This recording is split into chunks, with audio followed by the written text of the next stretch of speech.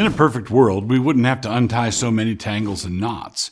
But since the fall of our race into sin, we do not live in a perfect world. Rather, we live in a messed up world. But it is one which God is in the process of bringing back to its former state of perfection and glory. His intention is to use His people to bring this about. And this means that we have to learn how to untie more than a few tangles and knots. If we try to do this in accordance with our own carnal wisdom, the only result will be that of making these tangles and knots worse. We need always to remember that, however messed up the world is, if we are disobedient to the ways of God when we come to fix things, we can always make it worse. On the supposition that you are not following my metaphor, the tangles and knots are the injustices we see in the world. Untying the knots would be the process of executing justice. Making the knots worse is to pursue what is commonly called social justice. In other words, one of the great confusions of our day is that our generation wants to reverse God's categories and call justice unjust and injustice just. This means that we have to keep our wits about us. Woe unto them that call evil good and good evil, that put darkness for light and light for darkness, that put bitter for sweet and sweet for bitter. Isaiah 5:20. So we must take care to define justice in exactly the same way that God does.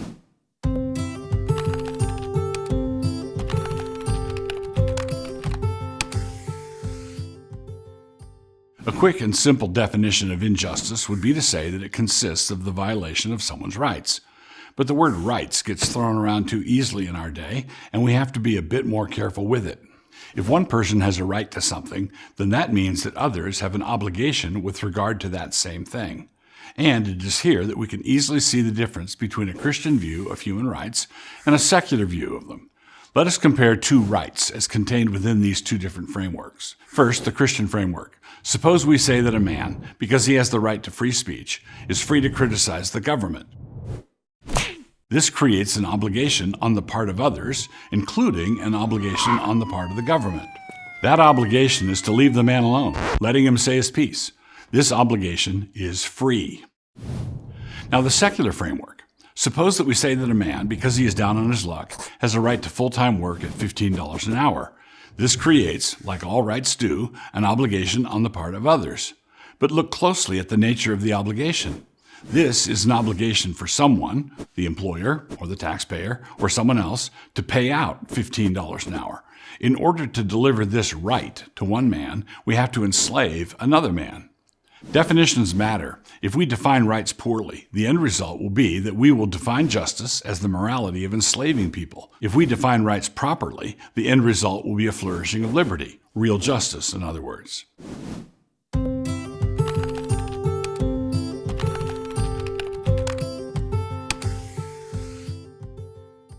There's another factor functioning in the background when we talk about justice, injustice, and social justice. A biblical view of the state of the world requires that we approach the untying of the knots that we encounter in a particular way. And as it turns out, an unbiblical view of the world requires precisely the opposite.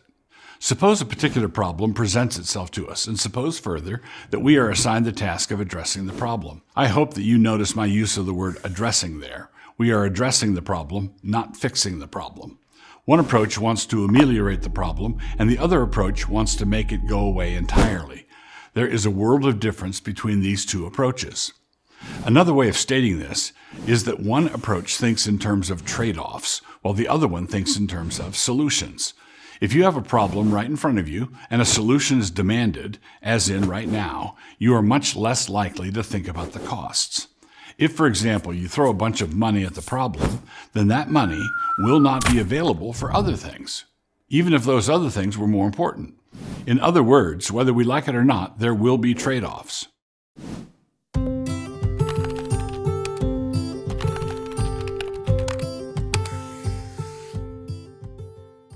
And so this brings us to the question of what all of this has to do with justice. Because we live in a fallen world, any attempt to pursue justice is going to result in trade-offs. If you crack down on purse snatchers, you increase the likelihood of throwing an innocent man in jail. If you don't crack down on purse snatchers, you increase the likelihood of more women losing their purses. So, what should we do? On the one hand, Scripture tells us how to deal with the law-breaking. Because the sentence against an evil work is not executed speedily, therefore the heart of the sons of men is fully set in them to do evil. Ecclesiastes 8:11. But on the other hand, Scripture sets a number of safeguards in place that will prevent us from executing sentence against an evil work too speedily. Too often, a rush to justice is actually a rush to injustice. And this points to a foundational principle when it comes to the issue of justice, and that is this. When you have to choose, the scriptural approach obviously prefers that a guilty man walk free than that an innocent man be convicted of anything. This is why. Imagine this simple scenario. Suppose your neighbor has some fruit trees in his back acreage and someone is stealing apples from him. For some reason, we are not sure why, your neighbor believes that your little brother is the culprit, and he wants to tell the police of his suspicion. Your father and that neighbor are talking about it right now over the back fence. And so what are they talking about? How should they approach a question like this? They have a tangle. They have some knots to untie. What are some of the principles that everyone involved should remember as they think about the allegation and about the defense?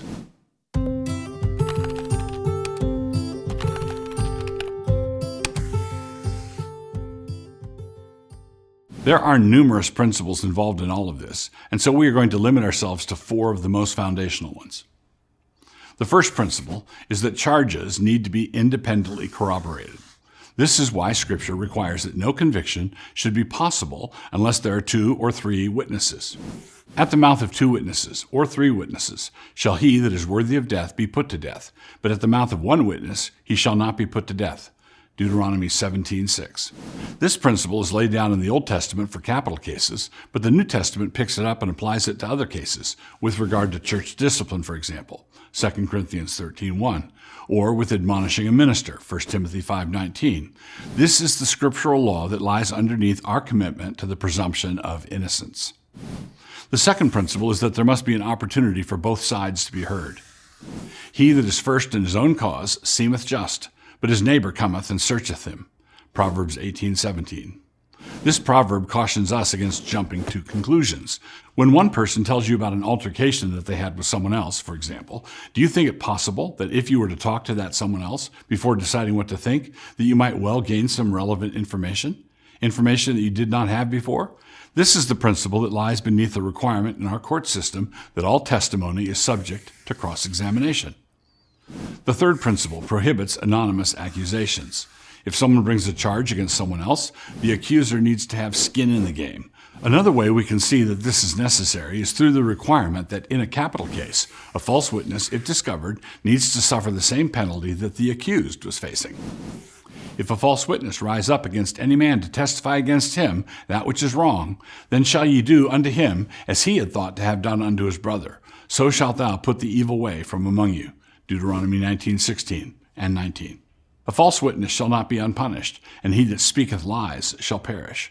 Proverbs 19:9. The obvious principle here is that anonymous accusations cannot be allowed, because anyone bringing an accusation against anyone else needs to have true accountability. We have to be careful with this one because the Bible does not prohibit anonymous writing as political protest against a regime, for example. If someone wrote anonymously in favor of fair and free elections, this is not a problem because what is being urged is something that is simply an idea. Nobody's life is on the line, and the arguments can be weighed and considered on their own merits. The anonymity is because the writer needs to guard against retaliation. But if what he writes is the basis for an accusation, then the accused has the right to confront his accuser. The fourth principle is that the punishment should fit the crime. And if a man cause a blemish in his neighbor, as he hath done, so shall it be done to him. Breach for breach, eye for eye, tooth for tooth. As he hath caused a blemish in a man, so shall it be done to him again. And he that killeth a beast, he shall restore it. And he that killeth a man, he shall be put to death. Leviticus 24:19-21. In line with this principle, C.S. Lewis explains to us that to treat crime as a sickness is actually cruelty to the accused, because you treat people until they're well. With a crime committed by a moral agent, the crime is finite, and so the punishment should be finite and bounded as well. A criminal is treated with dignity because he's being held responsible, and there will be a limit to his punishment. But if the wrongdoer is assumed to be sick in the head, then as long as the sickness continues, there's no reason to stop treating him. This will lead to gross injustices.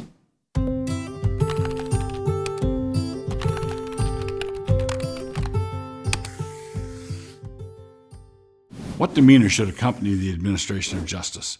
This would include the judge handing down a sentence in a murder trial and a parent sorting out the details of a backyard squabble. Jesus sets out a fundamental principle, which is that of rejecting the double standard. You never want a situation where the accused is being sent off to jail for doing something that the judge himself does. Judge not, that ye be not judged. For with what judgment ye judge, ye shall be judged, and with what measure ye mete, it shall be measured to you again. And why beholdest thou the mote that is in thy brother's eye, but considerest not the beam that is in thine own eye? Or how wilt thou say to thy brother, Let me pull out the mote out of thine eye, and behold, a beam is in thine own eye? Thou hypocrite, first cast out the beam out of thine own eye, and then shalt thou see clearly to cast out the mote out of thy brother's eye. Matthew 7, 1-5. Jesus illustrated this principle for us in a vivid and memorable way when he dealt with the case of the woman caught in adultery. So when they continued asking him, he lifted up himself and said unto them, He that is without sin among you, let him first cast a stone at her. John 8:7. Jesus threw that case out of court, and he did so in line with a number of the principles we've discussed. They had caught the woman in the quote-unquote very act of adultery, John 8:4, and had managed to do this without the man there. They just brought her in, which demonstrated one kind of double standard. Jesus confronted them by insisting that her judges or accusers not be guilty of the same sin that the woman was accused of. It says that the men departed slowly, starting with the eldest, John 8:9. There's a detail in the story that indicates that Jesus was also making the accusers accountable. They were in the temple, John 8:1, and it says that Jesus stooped down and wrote in the dust on the ground, John 8:6, which is certainly an odd little detail. But in the Old Testament, we find another odd detail that might correspond. When a husband accuses his wife of adultery, one of the things that the law of jealousy required, Numbers 5:29, was that the priest mix dust from the floor of the tabernacle in with some water, Numbers 5:17. He also needed to write out the charges against her in a book and blot out the charge with the water that had the dust in it, Numbers 5:23. She then drank the water, which was the trial by ordeal. But unlike the caricature of medieval trials by ordeal, if she floats, she's a witch. In this case, the miraculous thing had to happen in order to convict. This is fully in line with the principles outlined above. This is the demeanor we must cultivate at all times, in all situations, in family life, church life, or in civic life. Brethren, if a man be overtaken in a fault, ye which are spiritual, restore such a one in a spirit of meekness, considering thyself, lest thou also be tempted. Galatians 6:1. We must always remember that the devil is an accuser. He loves the role of prosecutor, Revelation 12:10, Job 1:9. And Jesus is our advocate, our defense attorney, 1 John 2:1. Both are necessary in questions of justice, but this should remind us where our default sympathy should lie.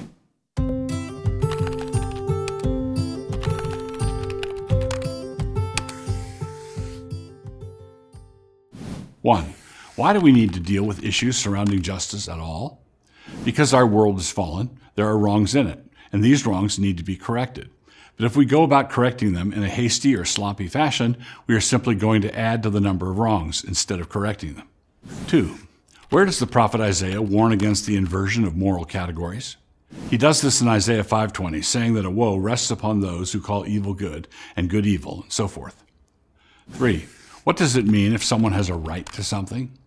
It means that others, fellow citizens or the government, have a corresponding obligation to respect that right. 4. How would this understanding be affected by two different approaches to rights? If a man has a right to free speech, for example, this means that others have an obligation to let him speak. They don't have to do anything. The only obligation that rests on them is to do nothing. But if someone has a right to a free house, then this means that someone else has an obligation to provide him with that house. This means that the second approach to rights rests on the back of enslavement. 5. What is the difference between solutions and trade-offs? Someone with a solutions approach to a civil problem rarely thinks of the price tag. Someone who thinks in terms of trade-offs knows that to use your resources in one place is to make it impossible to use them elsewhere. 6. What is a foundational principle when it comes to the issue of justice? When you must choose, the scriptural approach prefers that a guilty man walk free than that an innocent man be convicted. 7. What is the first principle of justice we discussed? It is that charges against an individual must be independently corroborated. This is found in the biblical principle that charges must be confirmed by 2 or 3 witnesses, Deuteronomy 17:6. 8. What is the second principle of justice that we discussed? This is the crucial idea that in a dispute, both sides must be heard. Proverbs 18:17. 9. What is the third principle? This is the principle that the accuser or witness must have skin in the game. He must be accountable. If someone bears false witness in a trial, for example, the penalty for perjury is whatever would have happened to the accused. Deuteronomy 19:16 and 19. This obviously excludes the use of anonymous witnesses or accusers. 10. What is the fourth principle? The punishment must fit the crime. Scripture requires strict but measured punishment. Eye for eye, tooth for tooth, life for life. It must not be life for picking pockets. 11. Does the third principle, which excludes anonymous accusation, mean that a social critic can never write anonymously? No. Suppose that a tyrant has imposed a draconian law and has attached severe penalties to any criticism of that law. If someone were to set out criticisms of the law, everyone can evaluate his arguments without knowing who he is. And the one responsible for the anonymity is the tyrant, as all can see. But if someone sets up an anonymous website to attack someone's character, the accusations should simply be round-filed. 12. What demeanor should accompany the administration of justice? The just demeanor that should accompany all sentencing should be calm, judicious, and grave. Galatians 6:1.